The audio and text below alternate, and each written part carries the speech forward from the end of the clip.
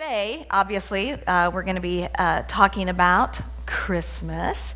And with Christmas, we know there's Christmas giving, Christmas gifts. So I want to share with you a few things I pulled off the internet about some Christmas giving.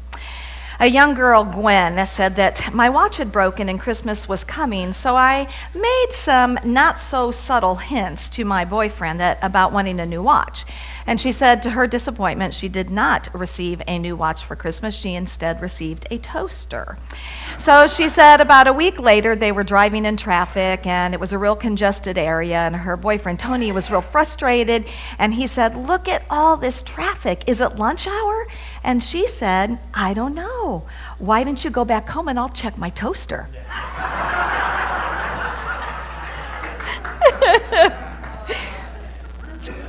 Rose said that one evening about a week before Christmas that her car had stalled, and she called her boyfriend. He went out and he took a look at it, and after determining that the battery had died, he went ahead and put a new battery in it and said to her that, that would be her Christmas present. And she thought he was kidding, and then on Christmas Day she found out that he wasn't.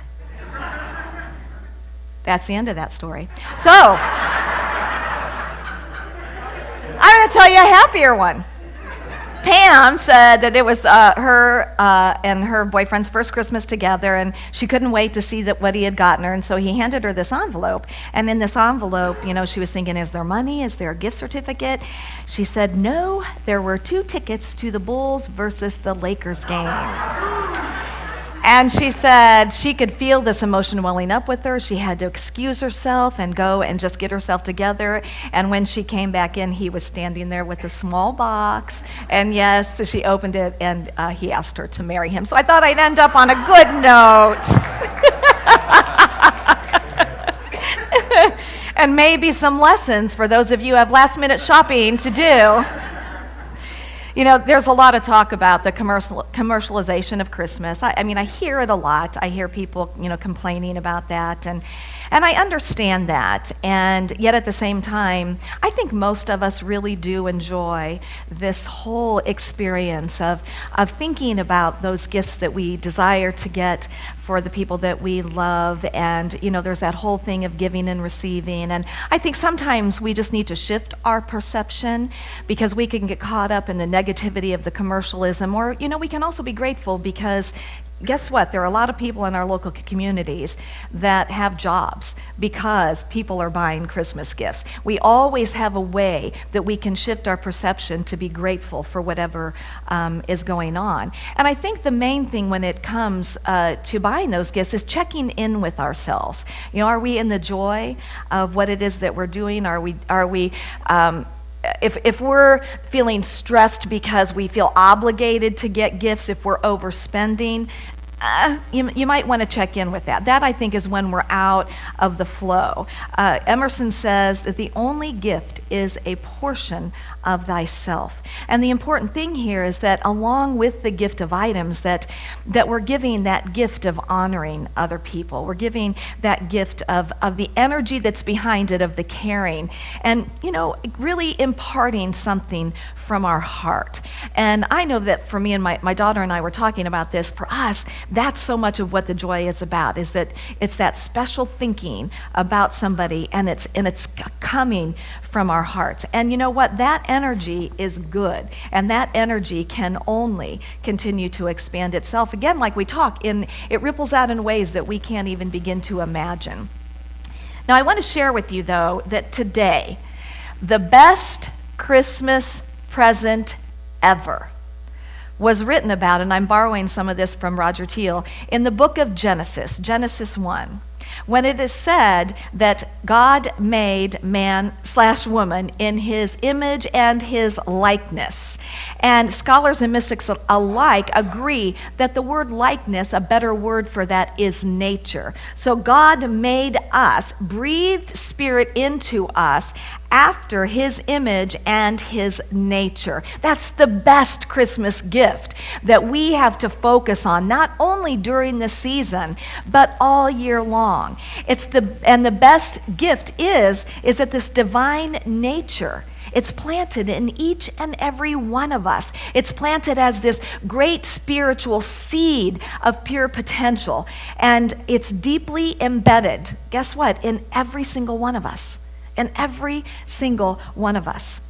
It's our spiritual potential, and Jesus called this what? The kingdom of heaven. And you know what else he said? He said it's the Father's good pleasure to give you the kingdom of heaven. It is God's pleasure to have given us this gift of God's self in every single one of us. And he reminded us very quickly that this kingdom is within. And he also said, and ye are all gods, and ye are all children of the Most High. And even in one of his parables, he expressed the intention of the divine giving source when he said, my child, thou art ever with me, and all that I have is yours. And what he meant by that is all that I am is yours. All that I am is in you. It is yours every single moment of every single day. This is that divine seed of absolute potential. And I know that, and I know it for myself, that I know that there are aspects of this seed that are still lying dormant within me. And yet, it doesn't matter, because this seed is eternally here. It never goes away. It never diminishes. It never closes itself off because, I missed the timing on making sure that little part got open. This seed is eternally here. And what we want to do, the gift that we have been given, is to realize and to actualize this life of God within us, the life of the divine that's within us. And we want to move forth in a very special way upon this earth, that we can bring forth the baby Jesus, that we can bring forth this Christ essence that came to say, that was this beautiful messenger for all of us. And now it's our opportunity to be that voice that says, guess what? The gift is already given to you. It is within you. You are spirit. You are in this world, but you are not of this world. And think about what Jesus said. Jesus said, be the love that I am. He said, be the healing force that I am. Be the kindness and the goodness that I am. Be the oneness that I am. Be the light that I am. Live in such total direct surrender to the divine beingness of God that vibration is so strong that you cannot even be affected by the vibrations of anything lesser than that. Live so strongly in that vibration. Let yourself be so connected and so anchored in your knowingness of the gift that you are, and that you cannot be moved by anything that is unlike it. We are here, my friends. We are here to be that voice. We are the second coming. Each and every one of us is the second coming. It is not something that we are waiting for. It is not something that happens after we leave this earthly realm. It is each and every one of us. We are called to be that.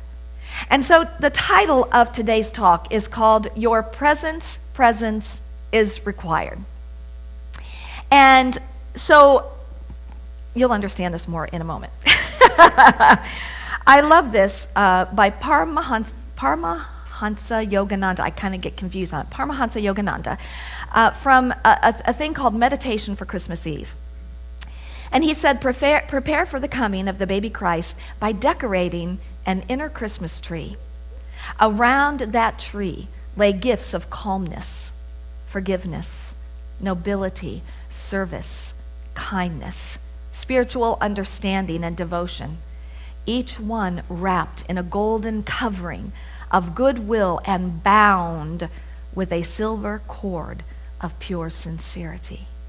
So our main focus during this holiday season is to decorate this inner Christmas tree. And aren't those gifts beautiful? And to think that they're wrapped in a golden covering of goodwill. How beautiful is that? And so when I say that your presence is requested, what I'm talking about is the gifts that are innately what you are. Those gifts, presence in this world, They're not only requested, but they're required. If we want this world to be the way that we vision that it can be, we have to start with us.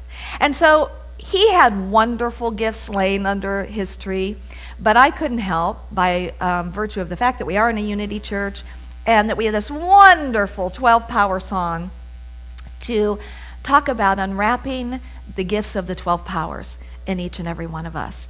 And I'll tell you, when you look at these 12 powers, they're unbelievably powerful. They're amazing.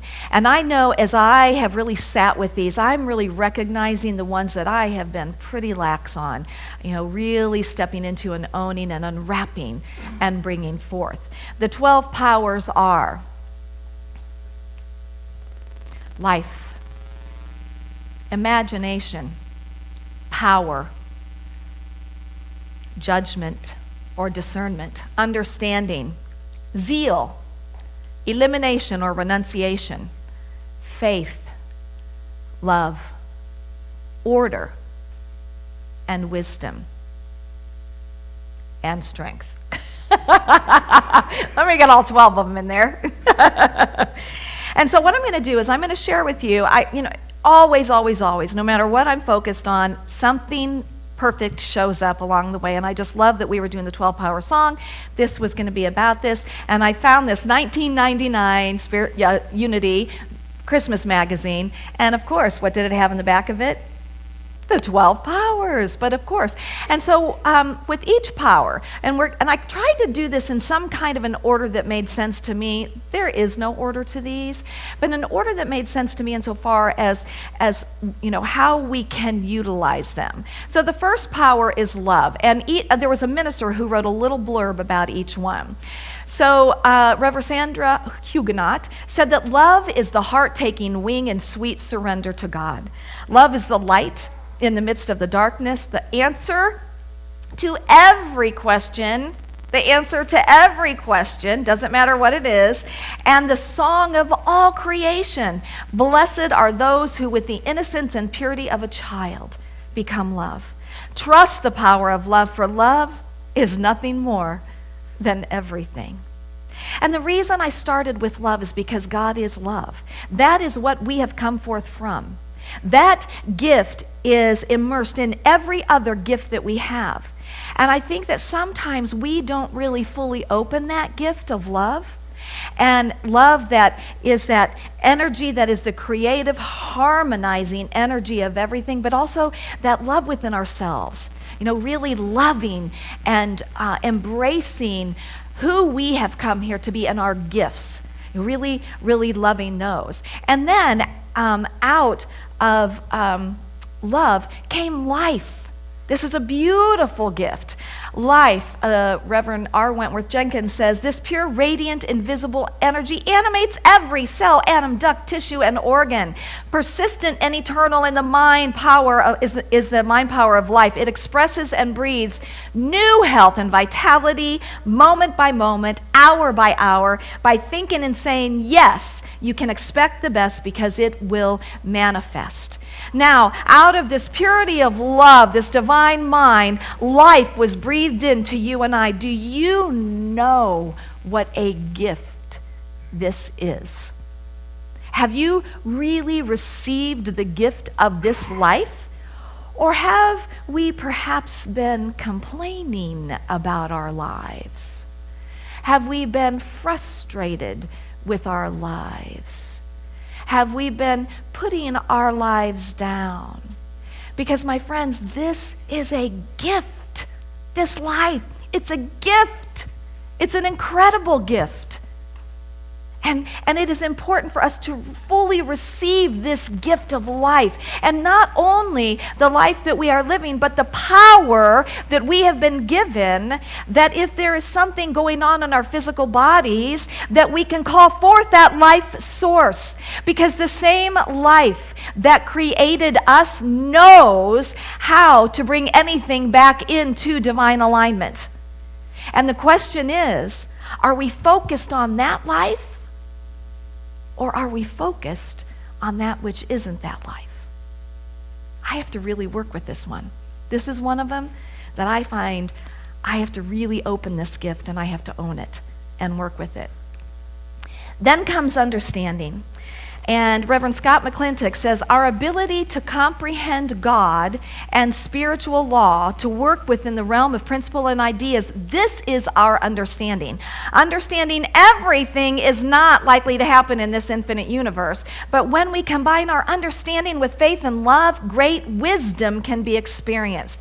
To understand fully simply leads to a realization that there is always more of spirit to express, more life to fill with joy, and more love to experience and be.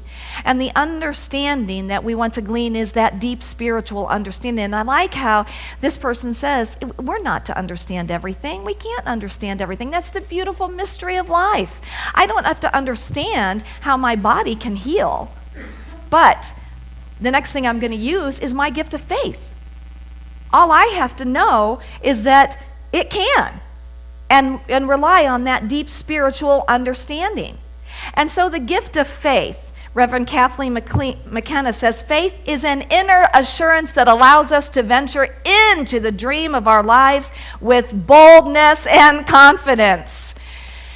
I need to read from here. Even though we cannot see how the dream will unfold, we can trust that God is unfolding our good and perfect time and in a perfect manner. Jesus knew to give thanks in advance because he trusted that every need was already met. Faith is the power which allows us to do the same. So I've come forth from love. Life has been breathed into me, this beautiful life of the divine, and I own this life.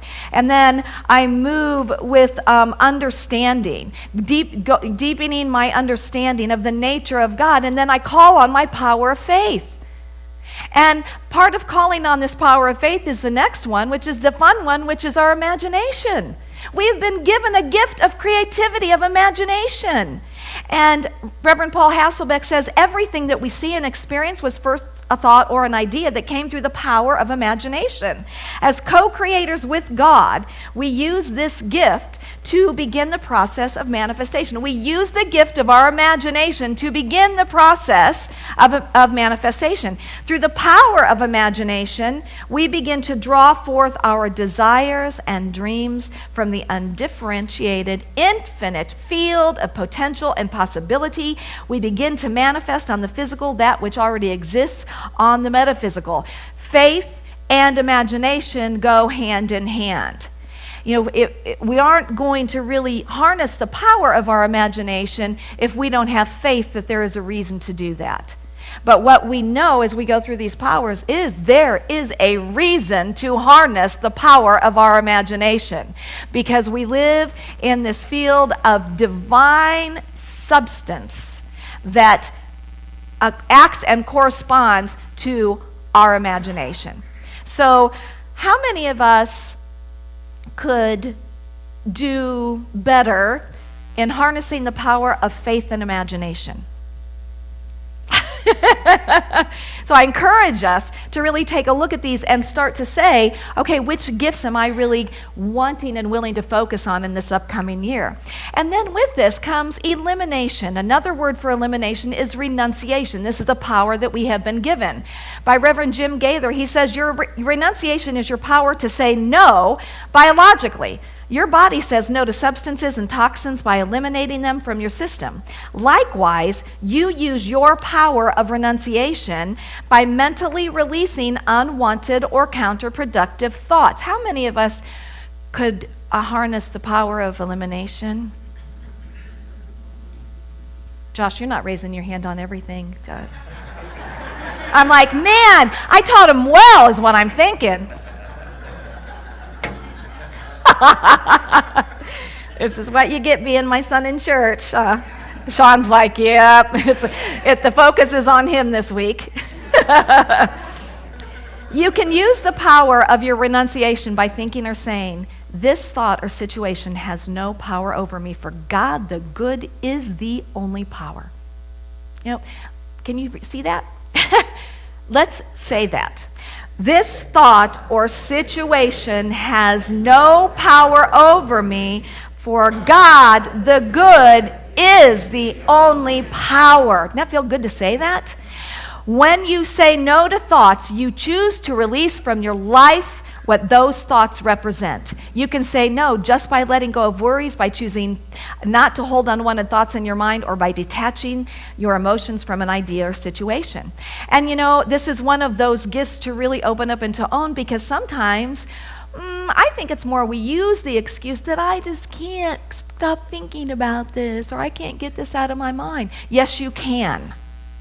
And you use what we're going to talk about now, the power of your will to help you to say, get behind me, thoughts. You have no power over me or in my life. So will, according to Reverend Claudel County, is the spiritual faculty which enables us to make choices and focus our energy into action to achieve a goal. When we exercise our willingness to do the will of God, we build character. When we use will to do things simply our way, we develop willfulness, which often leads to struggle. We can call upon this amazing power of will. And in that, sometimes it's just a thing to say, I am willing. God, I am willing. When we talk about the will of God, we don't believe the will of God is something separate from us. We believe that the will of God is always the greater expansion of goodness of God's self in our experience. And then we use the power of will to control, if you will, those thoughts, those sentences that come out of our mouths.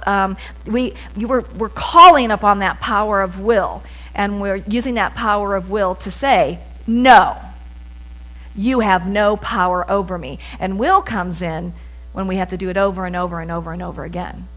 And I don't know about you, but I have to do it over and over and over again. And then we also use the power of power. Jimmy Scott says, in my opinion, spiritual power is the most challenging of all the spiritual gifts available to humankind. On the one hand, it can exist as pure capacity in that it enables the individual who's willing to achieve varying degrees of self-mastery over any or all of one's physical, mental, and spiritual resources.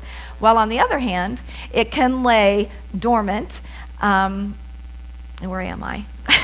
It can exist as latent dormant energy because the individual either doesn't recognize its existence or is unwilling to stimulate it, thereby making it completely useless. What will be your choice? Sometimes we don't even recognize we have this gift of power within us.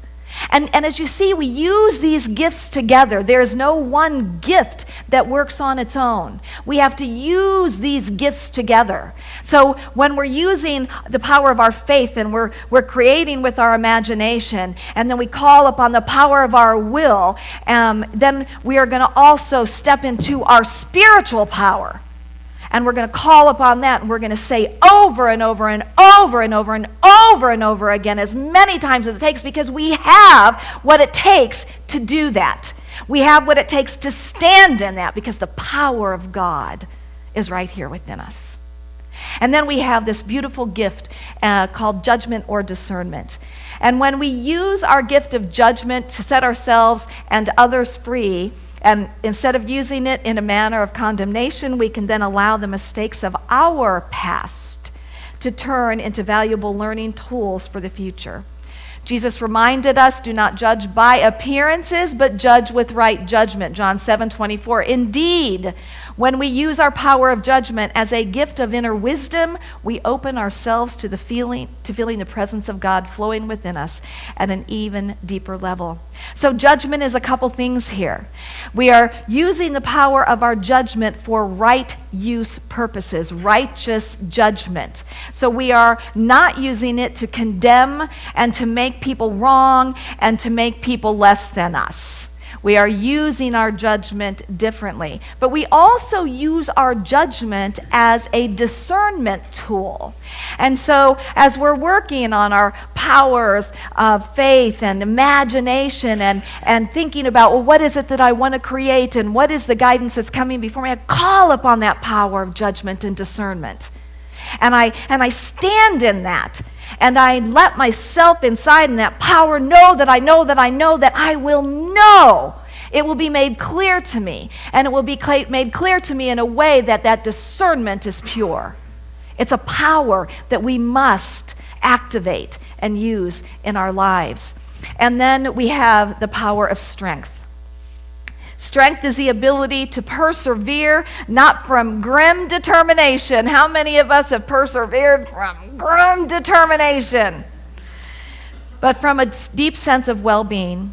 Strength generates the qualities of durability, stability, dependability, and steadfast adherence to spiritual principles. To fully realize strength, we become still and know that in quietness and confidence is our strength. Isn't that interesting? Because we would look at strength as being strength. I scared you. But strength, our greatest strength, comes from turning within. And in the silence, in that quiet place, that is where our strength lies. In that place is my strength. And then we have this power of order. Divine order is our innate capacity to co-create with God in establishing perfect harmony, balance, and sequence of actions in our lives. It is the key to growth and manifesting that is whole and perfect in God mind. Just as in nature we see first the seed, then the tender shoot, and finally the full flower. In God's creation, we are designed to progress as creative, evolving spiritual beings in a perfect and orderly way. You know, and this one is going to be tied so to faith. Because sometimes we can look at how things are unfolding in our lives and we can see no order that makes sense in our minds. Yet there is always a beautiful spiritual order that is happening that we cannot see. And so we call upon this gift of faith and we open it and we allow ourselves to just be in that gift of faith and say, you know what, I don't understand it. I can't see how this is happening for the greater good, but I have faith because I know that I'm immersed in love. And love only can bring forth something that is good. And then finally, we have the power of zeal. Zeal is the mighty force that incites the winds, the tides, the storms. It urges the planet on its course and spurs the ant to great exertion. Charles Fillmore from the 12 Powers. One of the gifts of God, zeal, is more than mere enthusiasm. It is the very energy of God expressing in your life. Do you hear that? Zeal is the very energy of God that is expressing in your life, or that could be expressing in your life. The more we allow this force of nature freedom of expression through us, the more that we can accomplish for ourselves and for the world. For you shall go out in joy. Al, where are you? Al, you ready for this? You shall go out in joy, be led back in peace, and the mountains and the hill before you shall burst into song, and all the trees of the field shall clap their hands. Yes, that's one of Al's favorite. Isaiah 55:12. He'll call me every so often and leave that message on my phone. I just love it. And so you see, my friends, what we can focus on this Christmas season, you know, it's great. I love the whole outward gift, the sharing the songs, the lights, and all of that. But the greatest that we have to focus on is the gift of the divine spiritual potential that lies within each and every one of us. And you know, we don't actually have to decorate our inner Christmas tree with these gifts. They're already there. But you know what we have to do? We have to go within and we have to receive them. And we open them and we see them and we look at them and we know that we can use them in our lives, and they only become activated when we start using them in our lives. But these 12 spiritual gifts that we have been given, they will rock your world. They will change your world so much if you are ready to receive them and to own them and to live them.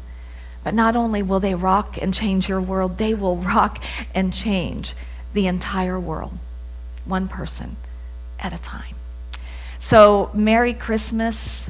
I pray and know that everybody here will be enjoying a wonderful time this Christmas, whatever it is that you are doing. And I hope that you'll come back tonight and get to experience the most beautiful candlelight service, wonderful music. Traditionally we do the scriptural story of the birth of Jesus, as well as metaphysically what that represents to us. But I sincerely say from my heart that I love you. You are my family. And I just hold each and every one of you so deeply and dearly in my heart, and desire only God's greatest good in your life. So Merry Christmas and Namaste. Namaste.